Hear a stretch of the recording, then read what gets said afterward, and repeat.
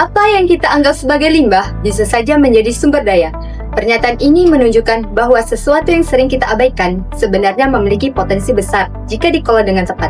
Hal ini menjadi sangat relevan ketika kita melihat kondisi di Indonesia sebagai salah satu produsen kopi terbesar di dunia, dengan total produksi mencapai 774.000 ton per tahun. Produksi yang tinggi ini sejalan dengan meningkatnya konsumsi kopi di masyarakat. Namun, di balik kondisi tersebut, terdapat satu permasalahan yang sering luput dari perhatian, yaitu limbah ampas kopi. Setiap hari, limbah ini terus dihasilkan dari aktivitas rumah tangga maupun warung kopi. Namun, sebagian besar masih dibuang begitu saja tanpa pengelolaan yang optimal. Melihat kondisi tersebut, kami, tim Coffee Cycle dari Kampus Biru Universitas Samudra, Kota Langsa, Provinsi Aceh, dengan saya, Alisa Sri Agustina, bersama Revisi Putrajaya Telembanuah dan Tiara Aulia di bawah bimbingan Bapak Dr. Muhammad Fuad SEMM melalui inovasi kami Coffee Cycle Ampas Kopi Siklus Inovasi akan membahas secara tuntas bagaimana mengubah ampas kopi yang selama ini dianggap sebagai limbah menjadi sumber daya yang mungkin sebelumnya tidak pernah kita dilihat. Untuk memahami permasalahan ini secara lebih nyata, kita perlu melihat bagaimana kondisi tersebut terjadi di lapangan. Di Provinsi Aceh, kopi tidak hanya berperan sebagai komoditas ekonomi, tetapi juga menjadi bagian dari budaya masyarakat yang dikenal dengan istilah Negeri Seribu Warung Kopi. Hal ini juga terlihat di Kota Langsa, di mana warung kopi berkembang pesat dan menjadi bagian dari aktivitas sehari-hari masyarakat. Aktivitas ini secara tidak langsung menghasilkan limbah ampas kopi dalam jumlah yang terus meningkat di setiap harinya. Berdasarkan hasil observasi yang kami lakukan secara langsung, limbah ampas kopi dari warung kopi sebagian besar masih dibuang begitu saja tanpa pengolahan.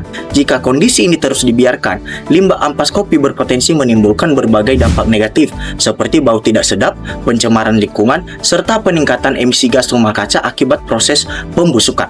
Padahal, di sisi lain, berbagai penelitian menunjukkan bahwa ampas kopi masih mengandung senyawa yang sangat bermanfaat, seperti nitrogen, fosfor, kalium, serta antioksidan. Kandungan tersebut menjadikan ampas kopi berpotensi untuk diolah menjadi berbagai produk bernilai guna, seperti pupuk organik, produk perawatan tubuh, hingga aromaterapi. Namun, hingga saat ini pemanfaatan limbah ampas kopi di masyarakat masih tergolong sangat rendah. Kondisi ini menunjukkan adanya kesenjangan yang nyata antara potensi limbah yang besar dengan pemanfaatannya yang masih terbatas di lapangan. Untuk memastikan pengembangan Coffee Cycle berjalan secara optimal, kami melakukan analisis lingkungan usaha menggunakan analisis PESTEL. Berdasarkan analisis tersebut, Coffee Cycle memiliki berbagai peluang dan tantangan dalam pengembangannya.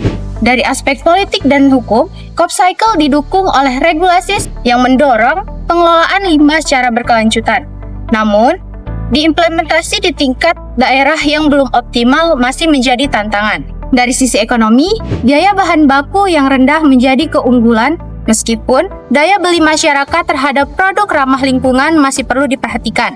Secara sosial, meningkatnya kesadaran terhadap gaya hidup ramah lingkungan menjadi peluang, tetapi persepsi negatif terhadap limbah sebagai bahan baku masih menjadi hambatan dalam penerimaan konsumen. Dari aspek teknologi, proses produksi yang relatif sederhana namun juga meningkatkan resiko peniruan oleh kompetitor. Sementara itu, dari sisi lingkungan, ketersediaan limbah ampas kopi yang melimpah dengan catatan proses produksi harus tetap ramah lingkungan.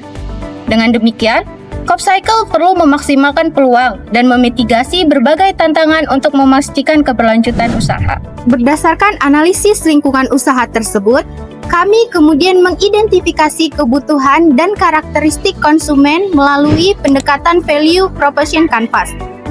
Coffee Cycle menargetkan konsumen yang membutuhkan produk ramah lingkungan dalam kehidupan sehari-hari. Konsumen ini memiliki beberapa kebutuhan utama, seperti mengelola limbah rumah tangga dengan lebih baik, merawat tanaman, serta menjaga kesehatan dan perawatan tubuh. Namun, di sisi lain, konsumen juga menghadapi beberapa permasalahan, seperti limbah rumah tangga masih banyak yang belum dimanfaatkan secara optimal.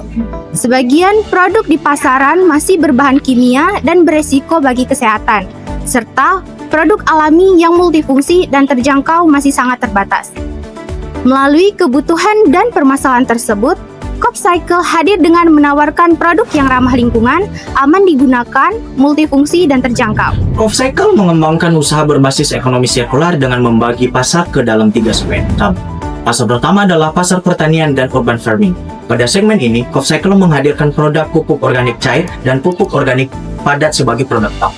Produk ini didukung oleh kandungan ampas kopi yang kaya akan unsur hara seperti nitrogen, fosfor, dan kalium, sehingga mampu meningkatkan kesuburan tanah serta mendukung pertumbuhan tanaman secara alami dan berkelanjutan. Pasar kedua adalah pasar rumah tangga dan lifestyle. Pada segmen ini, CopCycle menawarkan produk seperti pengharum ruangan dan lilin aromaterapi berbahan dasar kopi. Kandungan alami pada ampas kopi serta aroma khas yang dihasilkan memberikan manfaat sebagai penetral bau sekaligus menciptakan suasana relaksasi yang nyaman di dalam ruangan. Pasar yang ketiga adalah pasar personal care. Pada segmen ini, CopCycle menghadirkan produk perawatan tubuh seperti body scrub dan masker wajah. Kandungan antioksidan serta tekstur butiran halus dari ampas kopi berfungsi sebagai eksfoliator alami yang membantu mengangkat sel kulit mati, menjaga kesehatan kulit, serta memberikan perawatan yang lebih aman karena berbasis bahan alami. Untuk menjalankan seluruh konsep dan produk yang telah dikembangkan, CopCycle menyusun rencana operasional, pemasaran, dan organisasi yang terstruktur. Dalam aspek operasional, CopCycle memulai proses dari pengumpulan bahan baku berupa ampas kopi yang diperoleh melalui kerjasama dengan kedai kopi atau warkop di Kota Langsa. Ampas kopi yang telah dikumpulkan kemudian melalui beberapa tahapan yaitu penyortiran, pengeringan, pengolahan sesuai jenis produk, pengemasan, hingga distribusi kepada konsumen. Proses ini dirancang secara bertahap untuk menjaga kualitas produk sekaligus meningkatkan efisiensi produksi.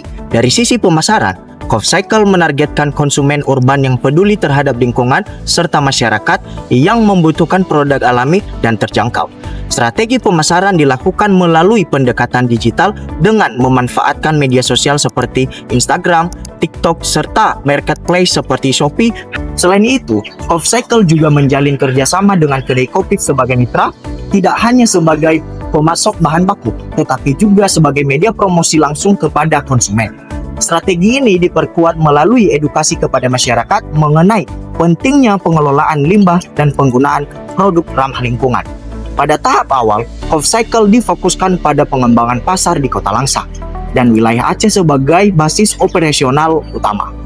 Selanjutnya, ekspansi dilakukan secara bertahap ke wilayah Pulau Sumatera melalui penguatan jaringan kemitraan dan distribusi produk.